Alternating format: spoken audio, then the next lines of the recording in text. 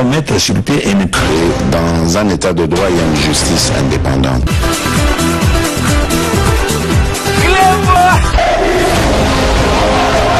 Ce n'est pas pour rien qu'il faut des conseils.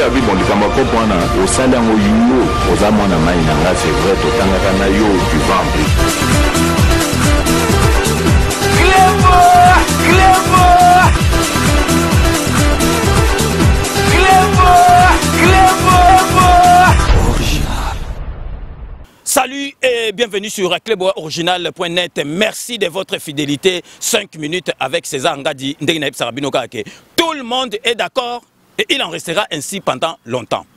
5 minutes, il y a Lelo Tozali Kolobela, Peto Kolobela, Makamboyo et Witaki Koleka, Binomoro Bomonaki. Donc, Obeminaku, donc Alingi Kosala, projet de loi Moko Oyo. Et Ningisaki qui ça donc et Pelisaki moto. Donc Binomoro Bomonique ba Minaku wana ba vanda 18 ans. À ça là ta projet de loi Mokote Oyezali en faveur il y a population, il y a peuple ba liya bien. Donc sikoyo ba komi komonaki ba komi na danger. Ba komi ko luka ko sala ba projet de loi moko net bazali majoritaire et les kambango bango pour ba chaneti justice comme sous-titel, il y a ba médiocre net il y a parlement na bango et kogi ko sala maté, yangona bo monaki. Peuple congolais, ezali batwa IDPST, ezali balubate, ezali peuple congolais mutatele maki. Bomoni elekaki pareil na Lubumbashi.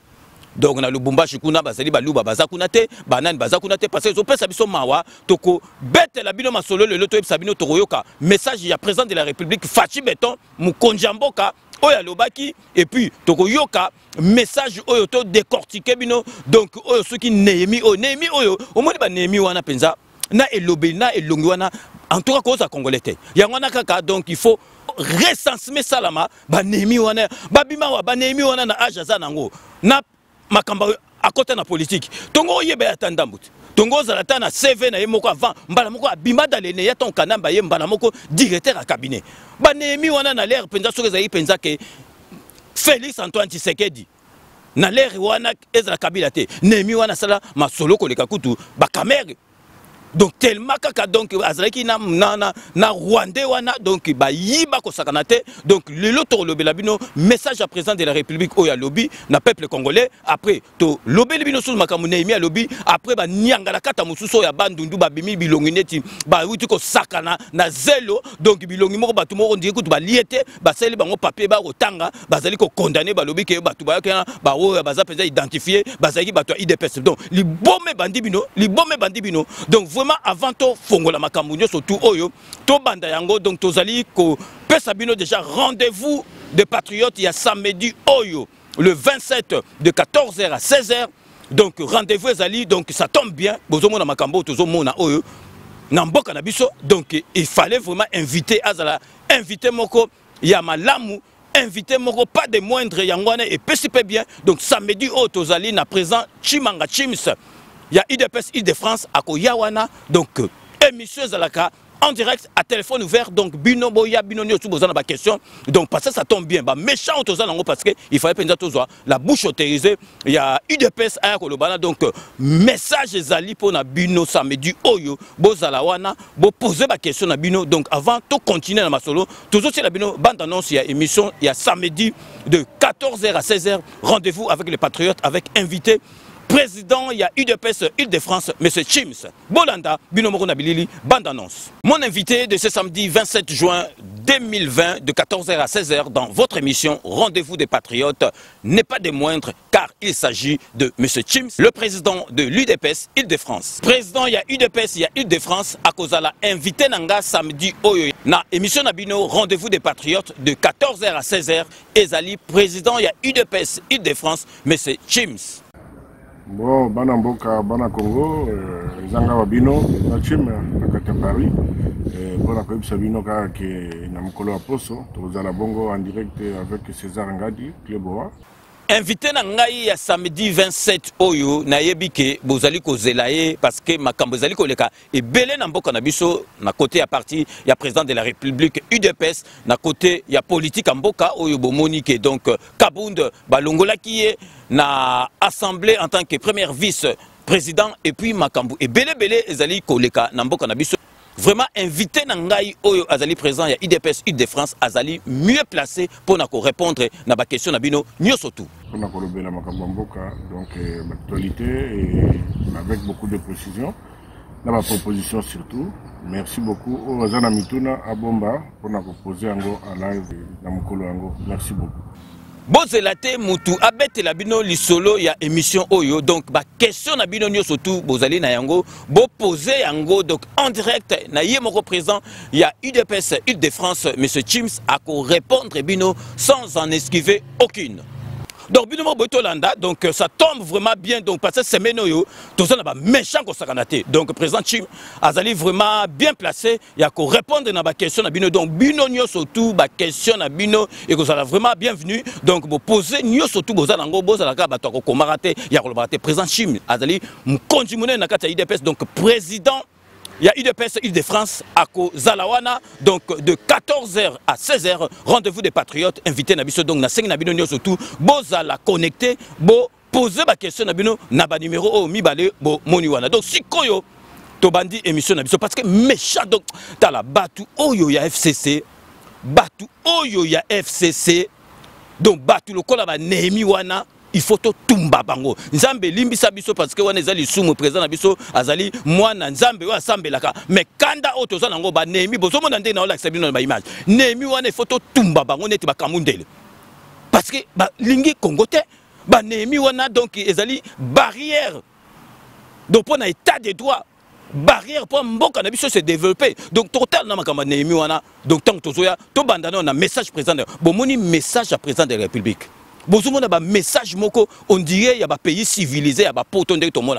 Aïe, à côté li, motu côté, à quitter sinon la température, mais français, on dit un mot français, ceux qui va coller les gars trop doit tirer en haut côté. Mais on a tous les nan côté la bino, bon il y a un message président de la République le baki par le biais il y a porte-parole, azali porte-parole il y a gouvernement, azali porte-parole il y a président de la République. Donc sur azol loba, les années du président de la République tout a comeli azol loba. Donc makambo azol loba et 8 na président de la République. Donc bino mobolanda message il y a président de la République o etangamaki na porte-parole il y a président de la République yemoko. Bolanda yango après to expliquer bino malembe makamuni balobaki na kati.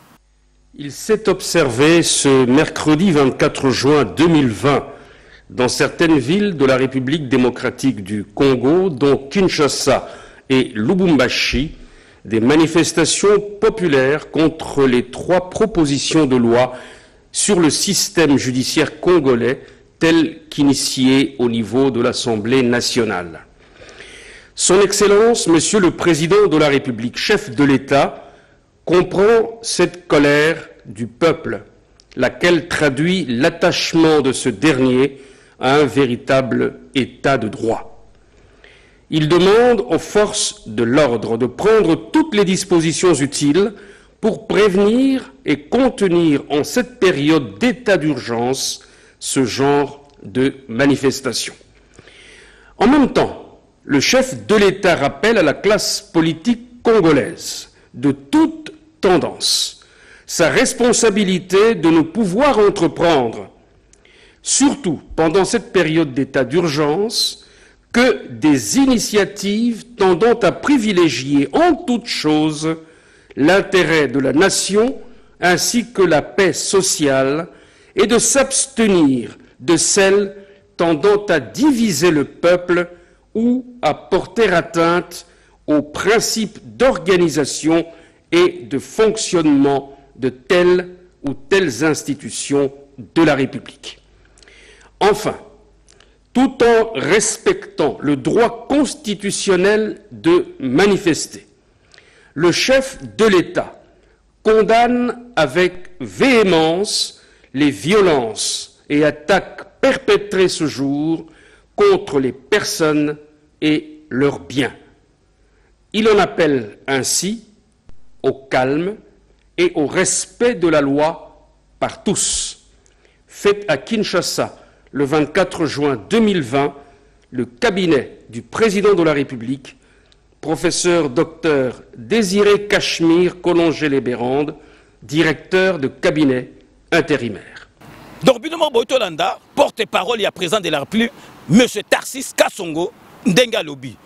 bon boyoki yango bien yango na 5 minutes avec ces angadi ezali cours d'éducation civique boyoka ndenge président de la République wana ezali message politique mais na sa motema président na biso donc azaya yazano quoi akolinga te ba yumana ba yaka changer ba boule bo mutanga bandi a condamné population T a condamné population T à reconnaître que à comprendre des populations parce que population alinga za na tâche munene il y a état de droit population comprendre que état de droit wana et ko libérer mboka na biso à comprendre des populations na acte à sali mais ndenge ba panzi ba biloko ezali normal président ko lo bateke ACP na ndenge ba panzi ba biloko mais na ndenge esprit à la musique na ndenge grand boule elengi parce que ba biloko na sala ngo ezaki muyibi na ndenge sabino botala déjà ne bande ndenge présent à reconnaître que kanda ya population ezali na sens parce que ba moni penza état de droit na bango ezali ko ya balingi bato à FCC ba bafou état de droit limo yango na population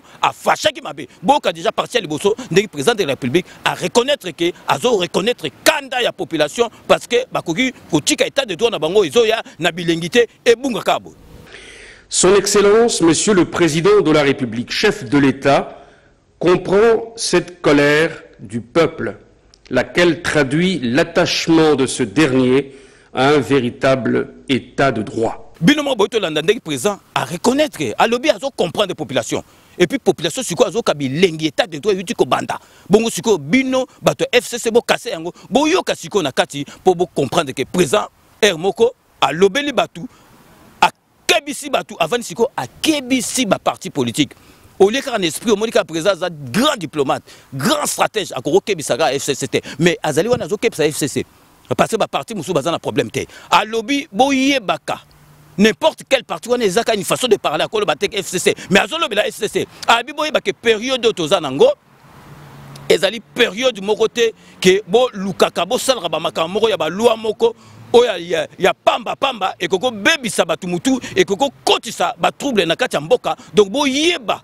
makambozo sala donc so bolingo sala ba loi moko bo sala ba projet de loi bo sala yango en faveur ya population donc population mutu il faut et bénéficier d'ango mais bosala ba makamona bino bosala le ngete po et tombe la population na kanda bino boyoka.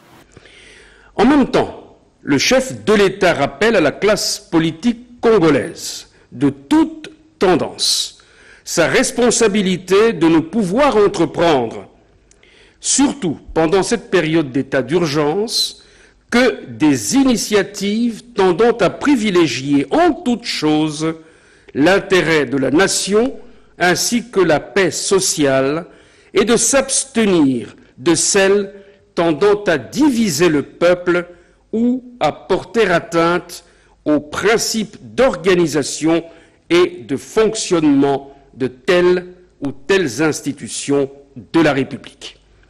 Donc, binomo botolanda, boyo kasiko yasuka, président de la République, vous avez un langage à président de la République, discours à président responsable, à lobby na ba policier, vous savez en sorte que vous garantir sécurité et la population n'a pas bien, il y a peuple de façon que et ça la manandenga ma bête. Donc une façon de parler que donc désordre est à la tête. Donc vous avez un président Azali Penza qui a talibo, a koki ko lo baba bilobela te aye a bomimoto, a kebisi batu na ndenga la musique a bomimoto. Il demande aux forces de l'ordre de prendre toutes les dispositions utiles pour prévenir et contenir en cette période d'état d'urgence ce genre de manifestation.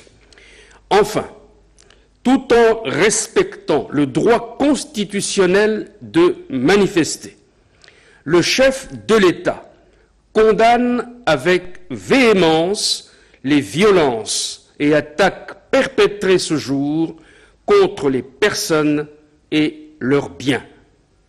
Il en appelle ainsi au calme et au respect de la loi par tous. Botala na ngo la tsabino soko ba image botala binomoro ba image oyo policier sikoyo général Mobimba ya police azoko solola na peuple bazo solola penda ndek to mona ka donc ba soda soki balingi ko ya ba panza makita bazo solola pe donc zo mona ke policier yemoko lobby ke donc biso police to parler même langage na population ça veut tout dire.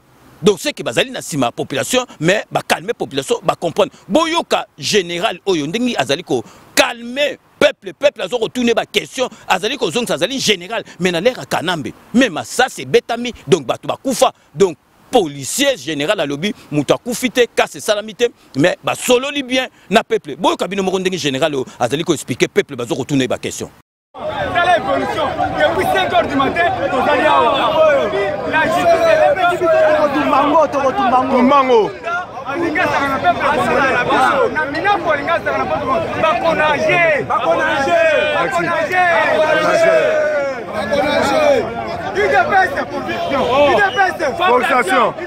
Forçation.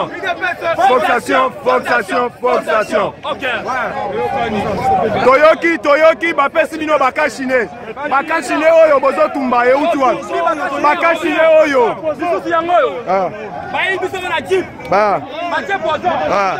Bakashine, Tozolo Bapona Bakashine. Bakashine, Président Gilles, Tomoni Bakashine, Bolobinini, Bakashine. Bakashine Oyo, Bayaki Nangona Poisson, depuis Nabitou, pour peuple à la tango à Koufa. Alors, Tozo Senga, peuple Yoso, Kosim Bakashine Wanate. Merci. Merci. Ok, merci beaucoup. Malobi, la justice Mabunda, tu vas mettre en garde. Mabunda, Ola, tu vas mon casser mes balles. Mabunda, là.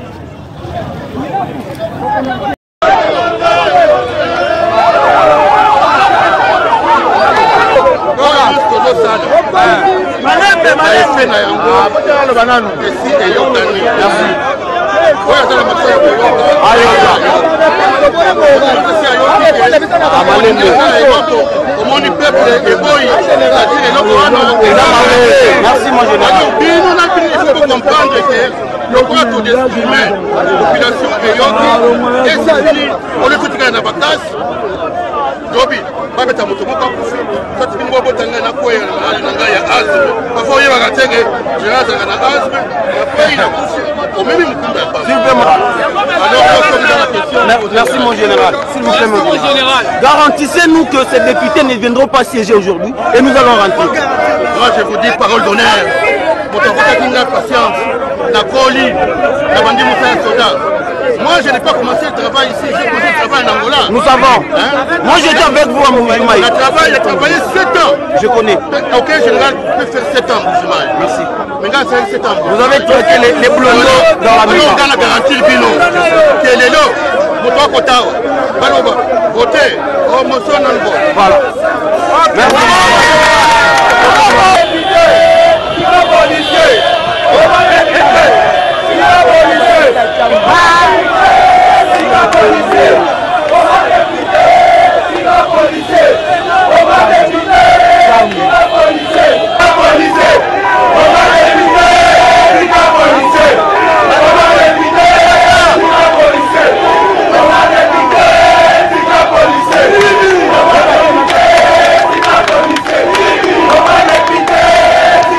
Donc bino moko bowichi kolanda na esengo bozomona peuple azali ko banga policier azana pour ko garantir sécurité ya peuple mais c'est qui n'était pas le cas na Kanambe policier azawana zoko beta massas réel bomona baba ba mukendi ba kufa na ba makambo kaka ya boy donc bozomona siko population abimi mais azoko banga policier tayebi que policier azana pour ko garantir sécurité bomona ndenge général a soli bozomona ndenge général so a garantir à lobby que awa ba député ba kokota te pour ba voter bozala calme na yebisi bino yango donc bino mo bozomona mboka na biso ndenge ezali kokende mboka na biso ndenge ezali kokende na esengo na elengi omona penza policier général azali ko solola mutu akufite na makambo oyo etanka ezalaki boyete sikoyo nazali kokota na médiocre oyo donc ndoki tokolo bapenza ndoki tima mbi Nemi awita wapi, Nemi oya awita wapi. Donc, avant la Sabine, donc, beaucoup de gens azako solo, on dirait azolo makambo penza normal.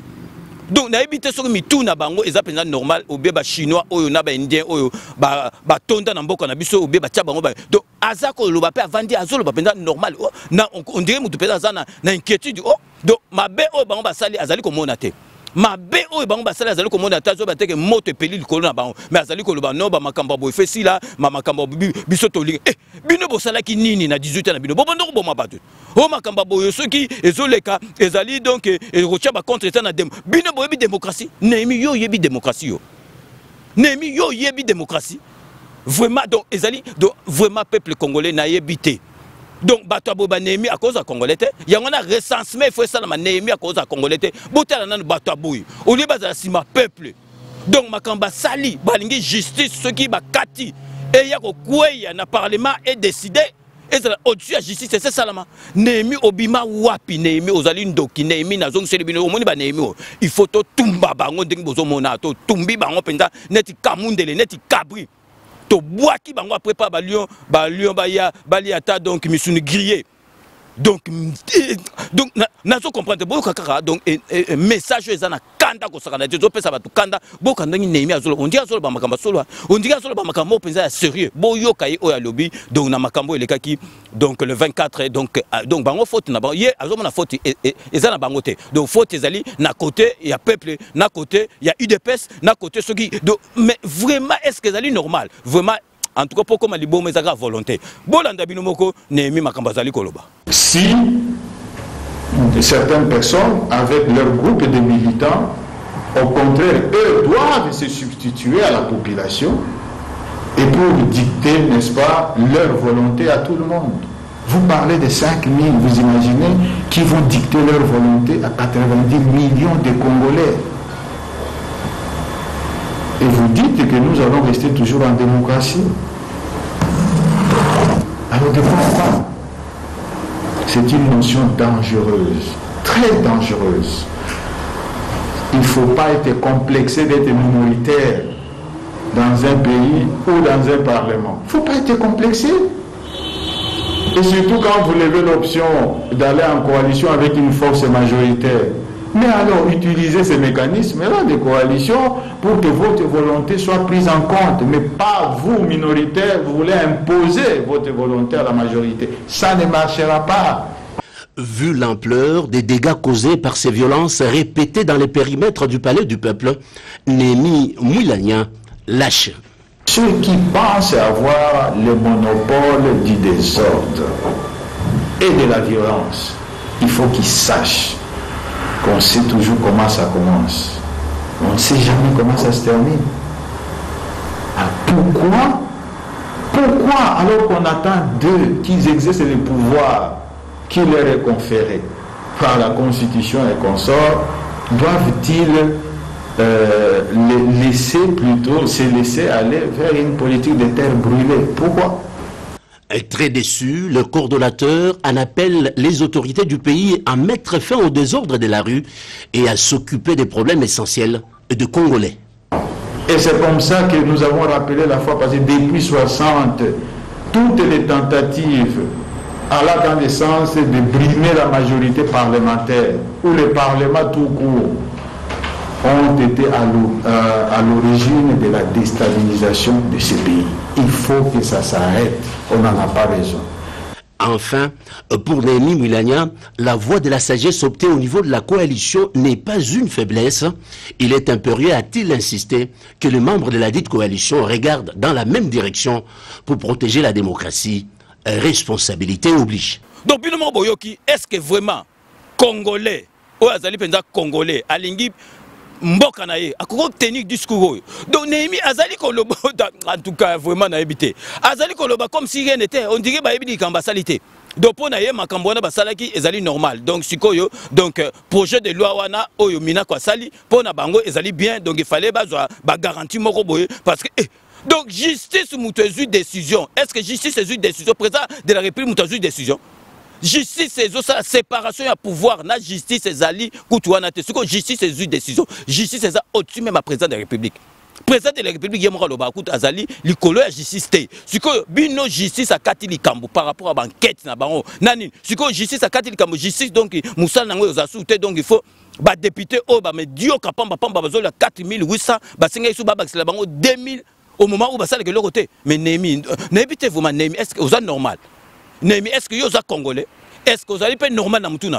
maman nangai bato penza bateka penza mboka pa donc na ebité soki kanamba bandoro pesa bango nini na kaisa ba misu bazai penza bakomaki mwasa kanambe ba misu bakomaki basa kanambe parce que na kondi matai penza muto normal ou be ba misu ndeko to bandoka ke kanambe bazo sa bango masolo donc nandimi parce que muto normal yoko olo ba pa makam penza donc minaku projet de loi salaki est-ce que minaku na 18 ans na bino o bozai na projet de loi nini bo sala penza que oyo écolier sa population ou bien école gratuite enseignement est la gratuite ndenge président de la République est la constitution yo minaku no na nemi bo telemel quand on prend le lot bana ba kenda classe ofele mais vraiment donc minaku vraiment na zo bino minaku yo ndenge na lobby donc minaku to tumba bino toko tumba bino nzambe limbisa biso tozo lisumwa mais toko tumba ba toloko ba minaku donc avant de passer na troisième sujet na biso donc to marquer une pause bon boyebi que samedi il y a le 27 donc en mémoire boyebi que justice onyo surtout et pesi boye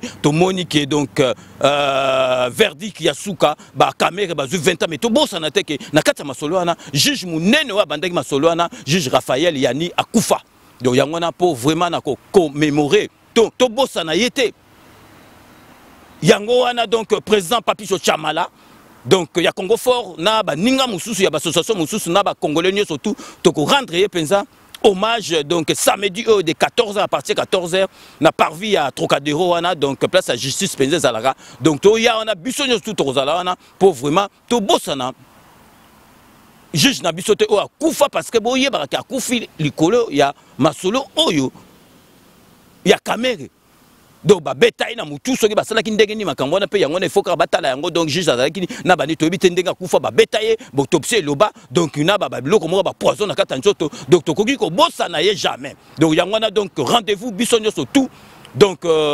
samedi na 14h kuna na Trocadéro na parvi à Trocadéro bolanda bino moko donc présent il y a fédéral il y a UDPS na ba Papicho Chamala ndenge ba pesi message pour to kuta na bisonyo tout samedi 27 na Trocadéro.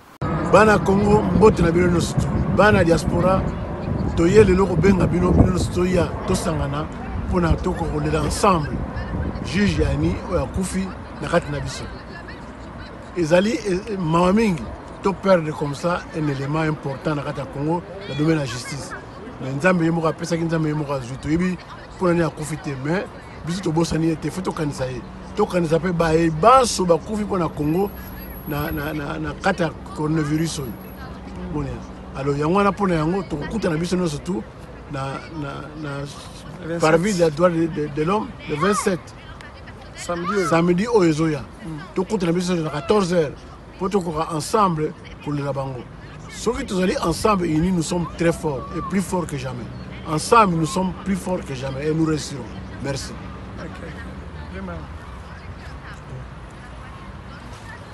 Peuple congolais, Tozo Zelabino, samedi, Oyo, le 27 juin, na parvis de Trocadéro, na 14h. Boya est belé. Bisoba na IDPS, na l'association Congo Fort, na Fati pour le progrès. To beti mbela, pona boya est belé, to le la juge Oyo, asali musala kitoko, juge Yani, Raphaël.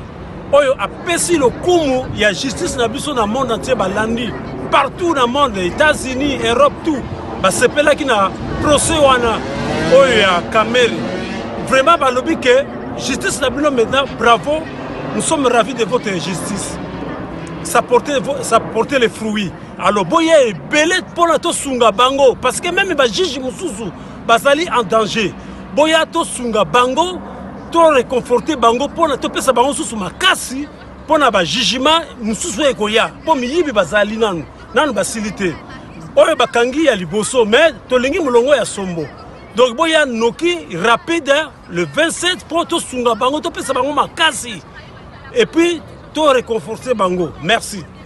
Vraiment merci beaucoup peuple congolais pour comprendre président Alexandre UDPS France na membre de la fédération de Mayanga, ma petit message déjà pour comprendre que c'est samedi là, samedi à 14h, nous allons parvis des droits de l'homme pour rendre hommage à juge Yani.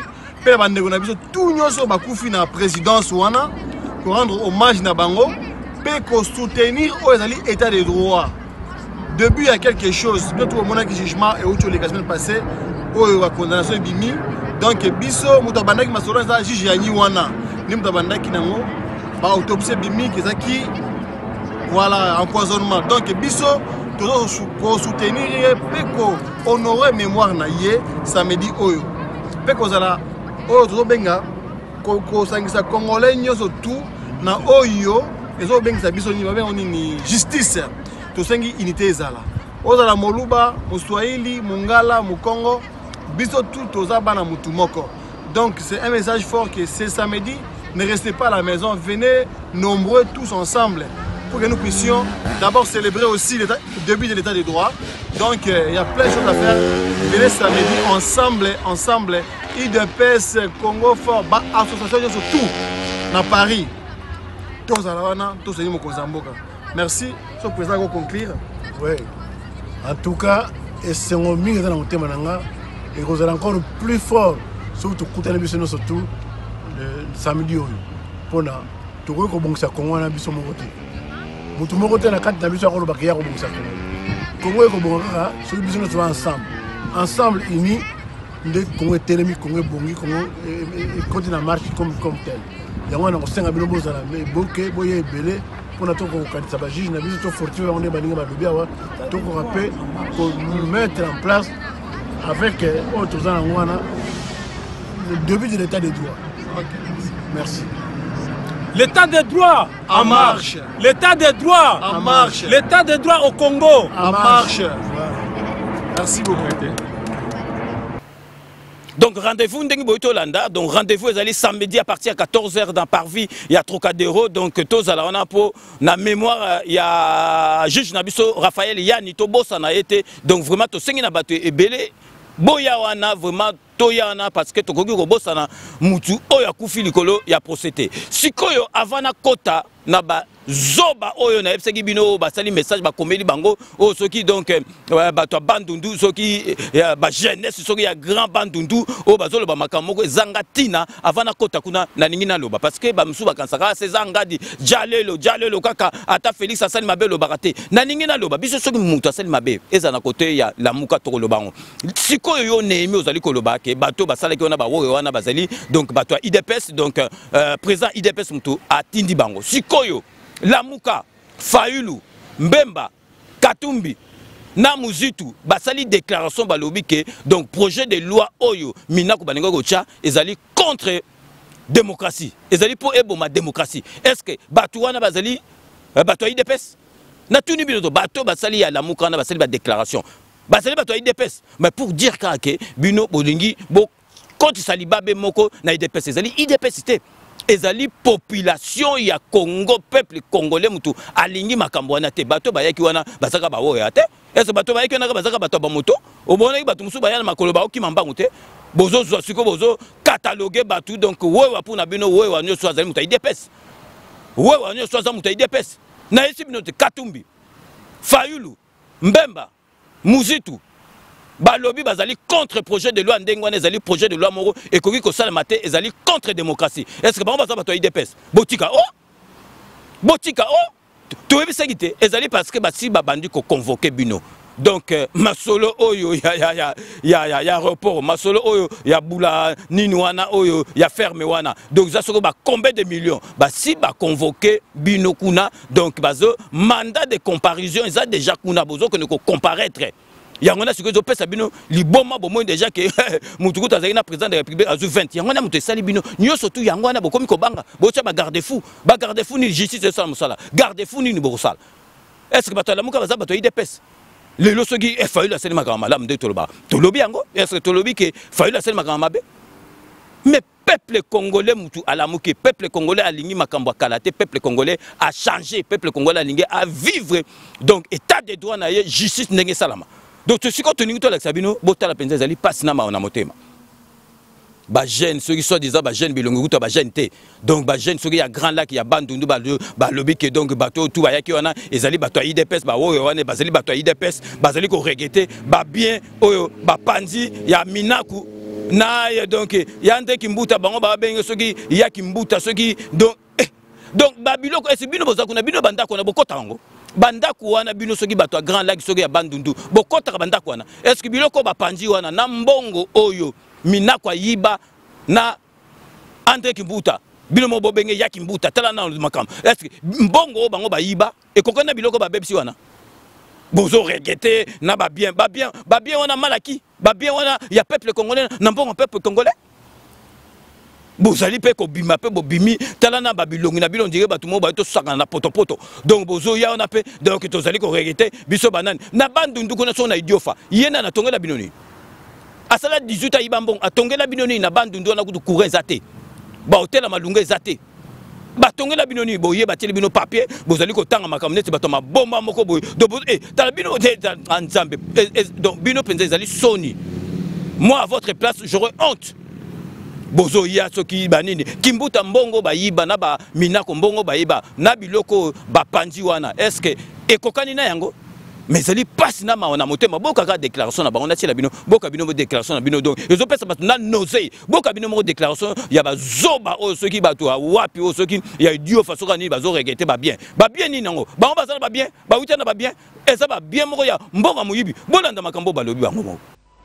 Dans une déclaration rendue publique à l'issue de leur réunion organisée ce mercredi 24 juin à Kinshasa, les leaders de l'ASBEL dynamique de la jeunesse de l'espace Grand Bandundu appellent leurs membres en colère et dont les esprits sont déjà surchauffés suite aux actes de vandalisme dont sont victimes certains de leurs leaders politiques de la part de certains motocyclistes communément appelés Wewa à l'apaisement, à la paix, à l'unité et à la cohésion nationale.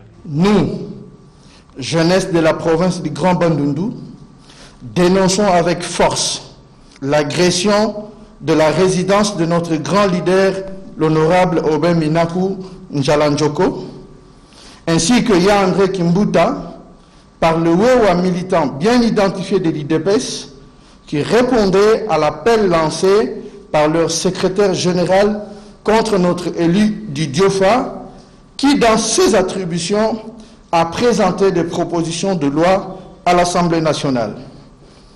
Seule cette Assemblée nationale est responsable constitutionnelle pour statuer.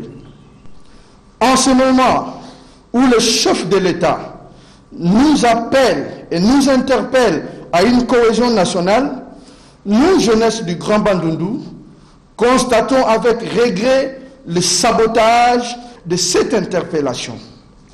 À ce sujet, nous, jeunesse de la province du Grand Bandundu, Kwango, Kwilu, Maindombe et Kinshasa, mettons en garde cette milice qui cherche à installer le désordre à Kinshasa par ses comportements agressifs que toute la population de Kinshasa déplore.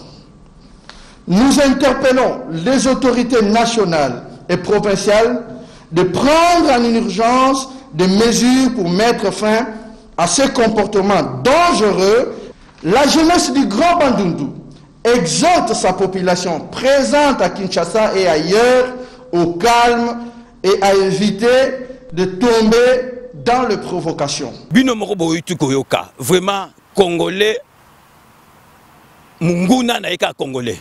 Ndokia Congo azaka Congolais. Donc bato bapesi bango soki nini basali bango papier moko batelemi on dirait penza bato solo donc bilongi na bango ezonde ba witi net na kosaka na poto idiofra bazo kolobela biso donc makambo oyo minako bando asali wana projet de loi na sengaki batu tout mokili mobimba batu tout ezali te ke IDPS congolais to amoni ngo mabe bino bo lobake donc bozo défendre l'indéfendable. Donc ezali pasi na maona motema komona bakamba bo yango do ba méchant ozo sala biso yango to ba penza ke to lati biloko neti bandi bo balata plongeon bo panzani makambo sili mais penza congolais to lelaki o mbwa aya to zui mutu penza azali donc ndeko na biso azali ko bunda to tshai maboko boza ko loba ba n'importe quoi bo est-ce que penza makambo bato penza ba telme o biso bino na idio fa na kuna na bandundu eloko ni eza kuna Bakimbuta bayiba mbongo na ba minako bayiba mbongo ba pesa bino nini bino bandako na ba panza est-ce bino bokota takuna donc vraiment ezali passe na ma na motema donc to marquer une pause boyebi ka partenariat oblige donc tous allez côté la bino ba partenaire na biso mibale Sepela TV na Romain Ilunga les grands traiteurs donc restez connectés sur cluboriginal.net. À tout de suite. Sepela TV et yena makambu ya sikali susu. O ba chaîne ya France eza na kati. Ba chaîne ya Congo eza na kati. Ba chaîne ya Londres eza na kati. O ngomona makambu ya politique ya sika. O parti AA eza na kati. O parti BB. O CFAIO eza na kati. Ya Sepela TV. Bouquet comme ya muke boye. O tina poche voyager na ngokeno partout lingi. Na bouquet na Sepela TV. Sepela TV. Mais ma biso n'engozo ma biso wana 4K. Machine ma daka daka. Sepela TV. Bienvenue dans le monde de Sepela TV. Sepela TV est le décodeur qui vous permet de suivre les chaînes du Congo en direct de la diaspora.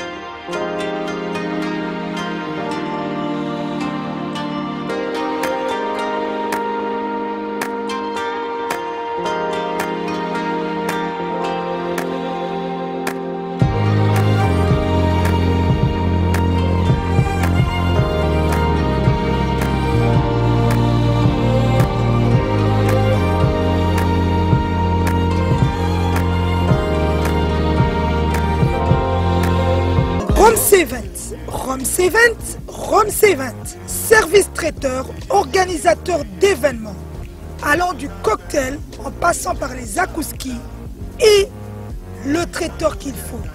Vous avez toutes les spécialités, africaines, européennes, asiatiques, du monde entier.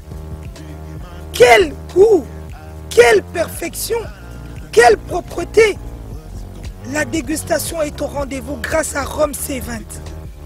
Vous savez les contacter au 0032 465 22 11 72. Rome C20, le meilleur dans son domaine.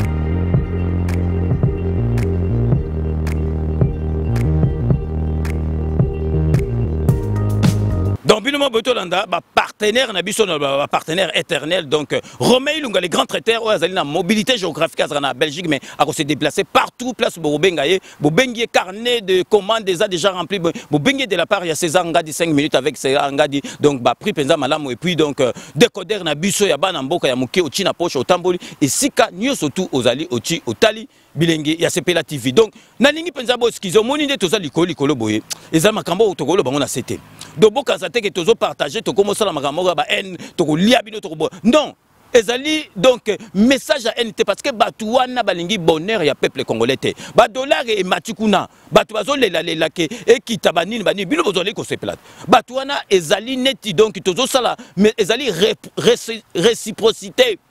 Réciprocité ya mabe na bon muta lingi yote alingi yote do baton balingi te oui que baton bango ba représentant de la République baton le bango militaire ndé le bango baton no biki bango ba représentant de la République bango ba en avion boye biango et les cas est-ce que baton biso to kolinga bango do so ko ba présent en contre temps biso to sukawa donc ezali makamba NT parce que baton na baza bandoki bazo mériter lui wa bandoki baza mériter penda biso peto sala bango mabe parce que bango soki bazui occasion ba sala biso mabe ba ko hésiter te. Il y a un moment qui est un message moroboy et comme on peut savoir nerf à rosanato toujours mon angélé comme kende justice comme pensa kende ngezala ki wana yo okono funda pensa directeur cabinet à 20 ans et ça la mana mbogani et ça la mana Afrique et ça la wapi na monde entier de siko bino bolongo longo la liberté wana ya peuple congolais comme ko retrouver ngo na ndenga malamu bino bongo ya ba contre-temps na bino ya ngwana vraiment bo skize biso na langage to tenir mais langage mususu ezate donc langage mususu ezate celui qui n'est pas avec nous est contre nous. Donc il fallait qu'à toquer na ondengwana. Donc il y a un message à président de la République. Le président de la République a condamné peuple, a condamné peuple, à sololi à condamner le peuple à comprendre que kanda na bango et puis à kebisi ba parti politique union surtout waneza une façon de parler à kebisi nde FCC batika kozwa ba initiative moko boy et ko ningisa mitu abatu et ko kosa trouble na katamboka alobeli pe ke ba militaire faut ba sala tout ke ba garantir sécurité ya ba bien batu na bani bo moni ndeki présent oyo penza civilisé o ndenge akoko loba alakisi penza ke suli kamboza alingo loba taper le point sur la table à lobby bomonaki Néhémie omutali boma wa Néhémie soka wita wapi azolo baba makamoko donc azolo baba vandi pe na kiti oh donc anga na ebite na kasi ba indien na biloko bazaka ba kosa ba biloko na ba kanambe obe kanambe azali ba misu bazali basi na ye donc avant pe na nguta solo oh ba yepenza donc na ba télévision ba RTN sango pe to ebite RTN c'est bozo eloko na bo chango penza donc na page magazine bo chango pe mo bimba na RTN c'est na l'air kanambe bazalaki na l'air kanambe bazalaki est-ce que masolo o e bando fonga mabo. Donc, si RTNC, comme on l'a dit, donc, surtout, dans le président, surtout, si penza que Néhémie penza zolo batakuto, bozana besoin bambongo, comme son baba kiti, son contrat kiti. Donc, RTNC, comme on l'a dit, makamura avant que tu bandes la santé, toujours c'est là.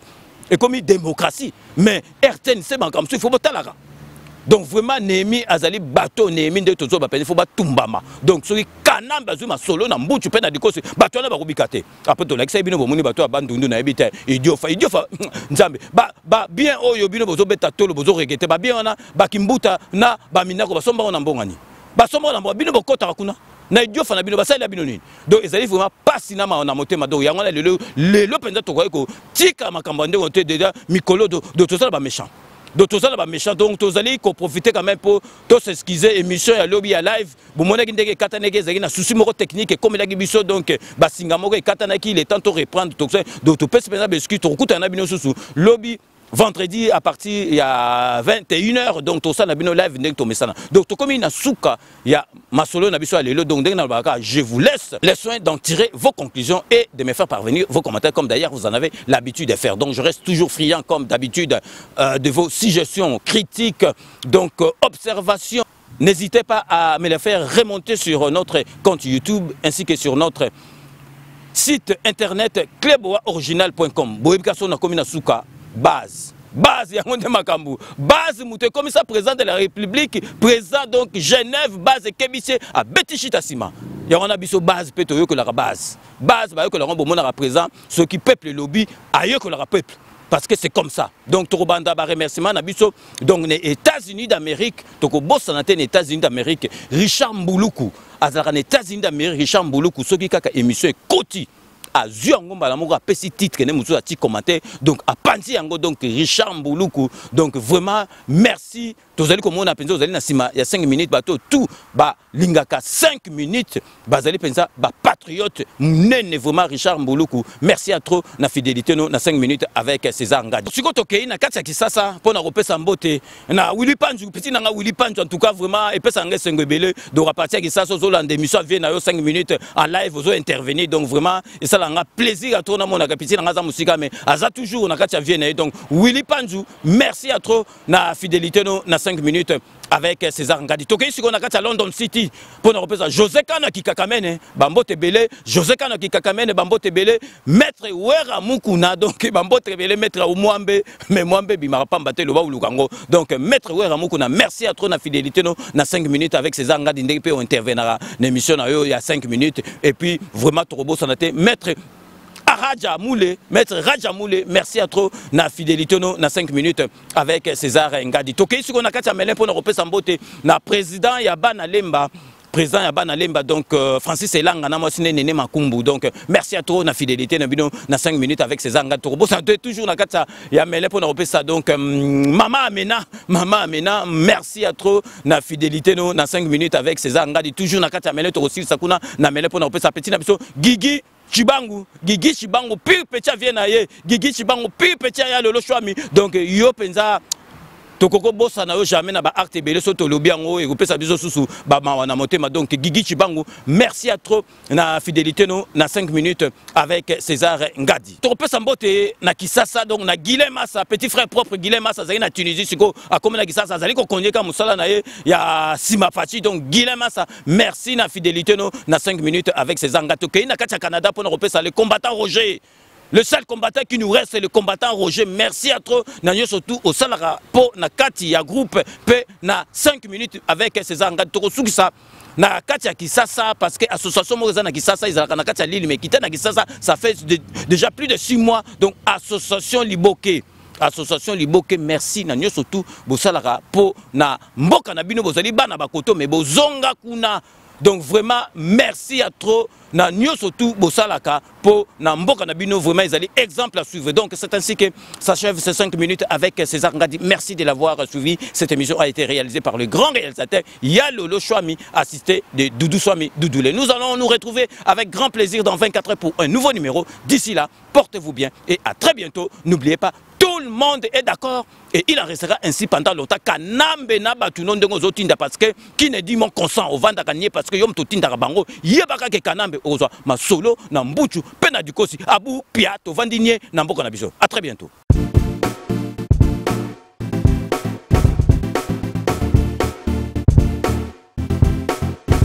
On doit mettre sur pied et créer dans un état de droit et une justice indépendante.